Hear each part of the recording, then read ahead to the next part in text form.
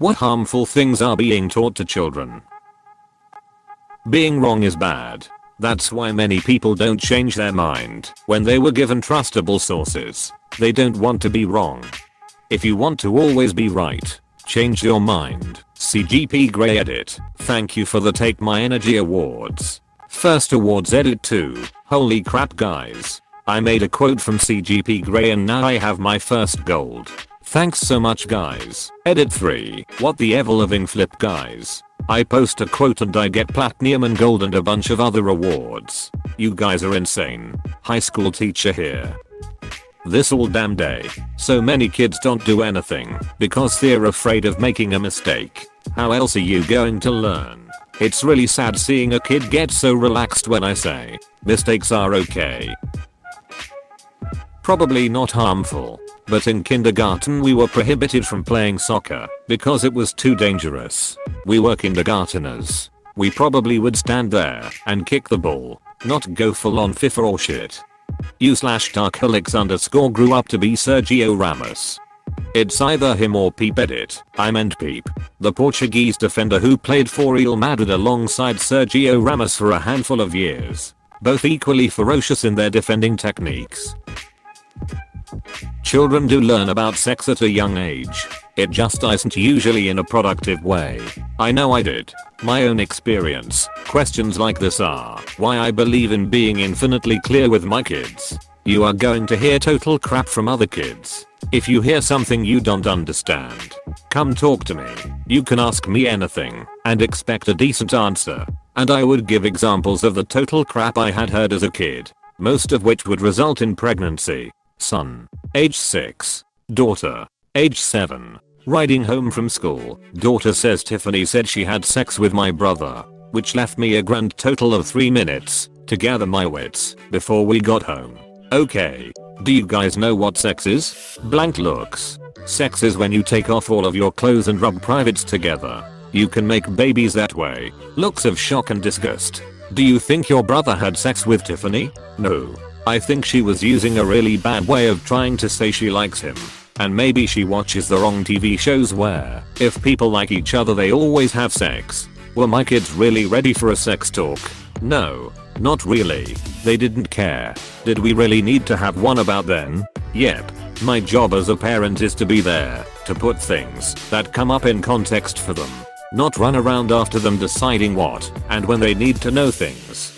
This is something I will always stand firm on. If the child is old enough to ask the question, they are old enough to know the answer. Do you need to sit down and draw a diagram and pull out textbooks when they are 7?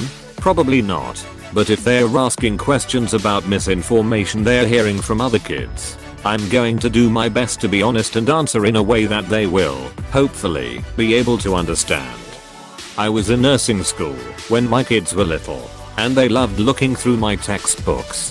Feed ask questions. Ed give age appropriate answers. We never had the talk, but it was just kind of ingrained into everyday conversation. If something came up, the best was when my son, who was in 2nd grade, asked me what a boner was. My daughter, who had just had her first sex ed class in 5th grade, piped up and said, "Oh I know. That's when a boy has a really happy dream and he ejaculates in his bed." Not only did I have to keep from laughing, I then had to explain erections and wet dreams in the 3 minutes we had in the car, always in the car, before I dropped them off at school. Nobody cares about children/teens issues. Well, it's only going to get worse from here. You think school is hard? Have you ever paid a ducking bill? You're just a kid, you can't feel this way. It breeds an emotional disconnect from parents and their kids, and makes kids feel alone in their emotional struggles. That nobody cares, because they're not adults and they don't have adult problems. Listen earnestly to anything your children want to tell you, no matter what. If you don't listen eagerly to the little stuff when they are little, they won't tell you the big stuff when they are big, because to them all of it has always been big stuff. Catherine Wallace. Aka someone who knew what she was talking about. Kids are starting social media so early these days, and I think that's very dangerous because it puts a lot of pressure on the kid to attribute their worth to their social media success. I also think parents are way too open with their social media when it comes to their kids. And it's totally a violation of the child's privacy, of which some parents will never admit. The amount of parents I see on social media just sharing everything that happens in their child's life is astounding. Maybe Bobby doesn't want everyone to know that tried out for the school play, but he didn't make it. That may not be a big deal to you, but Bobby might be really upset right now, and having everyone his mom knows giving opinions on the subject probably won't help. It sucks, even when a parent is just verbally going off about what's going on in my life without asking, let alone posting it online. One of my parents bragged to everyone I was going to a private university for law. Later on we decided I couldn't go BC of the cost. Now having to have that discussion with everyone feed told was exhausting. Now imagine that shit stain on Facebook Mayo. Being discouraged to speak up about illnesses because it makes them weird something's wrong with them. They talk about like, you need therapy, which isn't a bad concept and you probably do need it, but they picture it in such a bad light. Teaching them that it's not okay to fail. Some people need a little more time than others. It's okay to not get something now. Kids should be given more time to process things. Imagine having a poor grade because of a low score from the beginning of the year. How can we show children that it's not pass or fail, it's try and improve? And if kids go into software development or many other fields, to be honest, they are going to struggle with the agile methodology of fail often, fail fast, fail better. They can become perfectionists, which runs very counter to a fast changing, quick delivering culture. Perfection is the enemy of done. And if kids go into software development or many other fields, to be honest, they are going to struggle with the agile methodology of fail often, fail fast, fail better. Main problem is explaining this to management. A lot of managers stress out because of simple bugs. It's much better to detect these before release. If you shout at developers for simple bugs, they are a lot less likely to trust you. It means the big bugs get hidden until launch day. Deleted. That always bothered me. Someone would be bullying me physically over and over, and when I finally fought back I was the bad guy. You can't just leave the situation when the bully follows you, and you do have to stick up for yourself for those asking. It pretty well said zero tolerance policies. If you react, you're as bad as the aggressor. That's pretty much the meaning of it, but not verbatim. And from experience, telling the teacher does nothing but make it worse. To repress their emotions. It will only cause them to bottle them up and accumulate them to the point of exploding in an instant.